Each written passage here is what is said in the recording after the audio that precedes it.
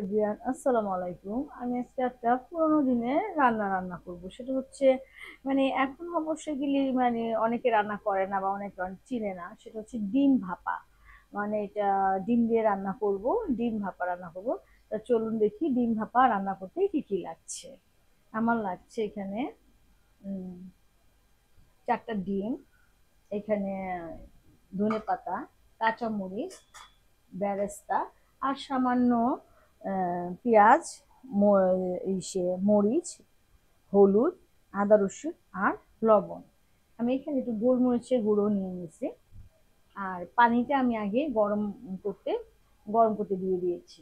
আমি এখন এই বলে 4টা ডিম ফিটে নিব।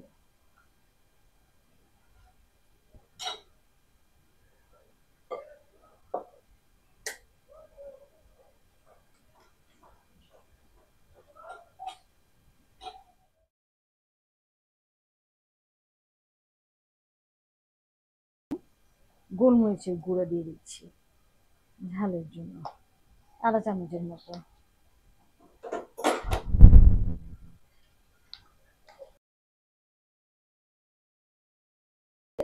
এই সাদা ভাবটা যেন না থাকে, যেন আমি জাস্ট একটুখানি মরিচ দিয়ে নিচ্ছি কালার। ভাপে দিব সেটা একটুখানি তেলটা মেখে নিব, নিচে না ধরে যায়।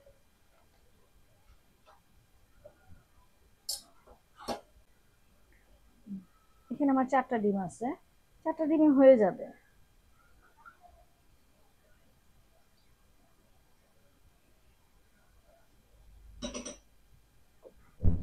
ডিমকে যে বক্স আছে, আমি এটা ঢাকনা দিয়ে এখন আমি এটা ঢেকে দিব। যেহেতু আমি আগে থেকে গরম পানি করে নিয়েছি, আমি এটা আস্তে করে এটা বসিয়ে দিব। বসিয়ে আমি একটা ঢাকনা দিয়ে, যাতে পানি ভিতরে না যায়, আমি এটা ঢাকনা দিয়ে এটা ঢেকে দেবো। এটা ঢাকনা দিয়ে এটা ঢেকে দিব। 10 মিনিট বা 15 মিনিট সময় লাগবে। 10 মিনিট পরে আমার এটা ডিমটা ভাপা হয়ে যাবে। আমার এখানে ডিম ভাপা ডিমটা সিদ্ধ হচ্ছে। আমি এখানে গ্রেভির জন্য আমি আরেকটা কড়াই এটার মধ্যে বসিয়ে দিলাম। আমি এটার মধ্যে অবশ্য পেঁয়াজ বেরেস্তা দেবো, জাস্ট অল্পের জন্য একটুখানি পেঁয়াজ দিচ্ছি।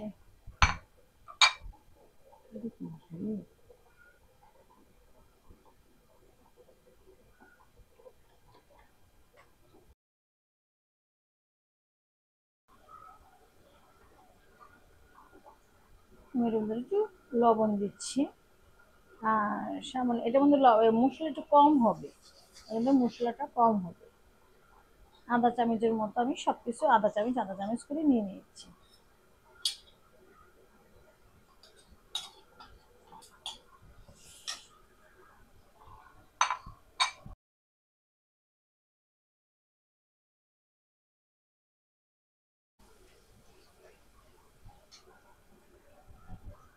ঝালের জন্য কাঁচামরিচ আমি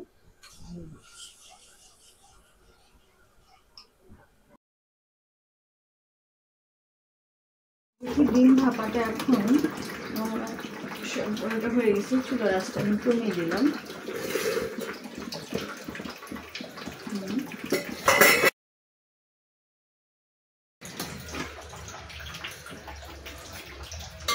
কিছুক্ষণের পরে আমি এটা নামিয়ে আমি এটা কেটে নিব। ঠান্ডা হয়ে নেবে এখন। ডিমটা ঠান্ডা হয়ে গেছে, এখন আমি প্লেটে এটাকে ঢেলে নেব। বিসমিল্লাহ, বিসমিল্লাহির রহমানির রহিম। পাও হয়েছে।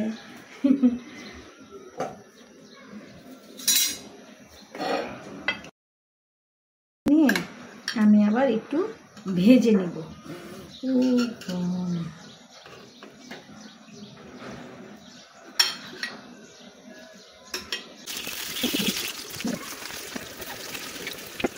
এখন ভাজার পর কেমন ফুলে গেছে, আমি এখন নামিয়ে ফেলবো।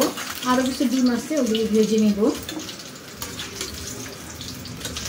আমি একটু গরম পানি দিব, কারণ গ্রেভিটা বেশি ঝোল করবো না, এটা অল্প ঝোলের মধ্যে হবে।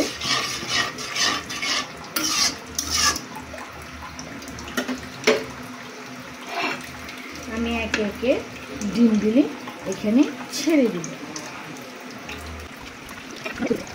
ধনিয়া পাতা,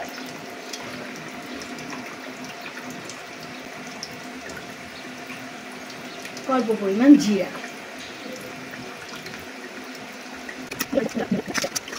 অল্প সময়ের জন্য ঢেকে দিব।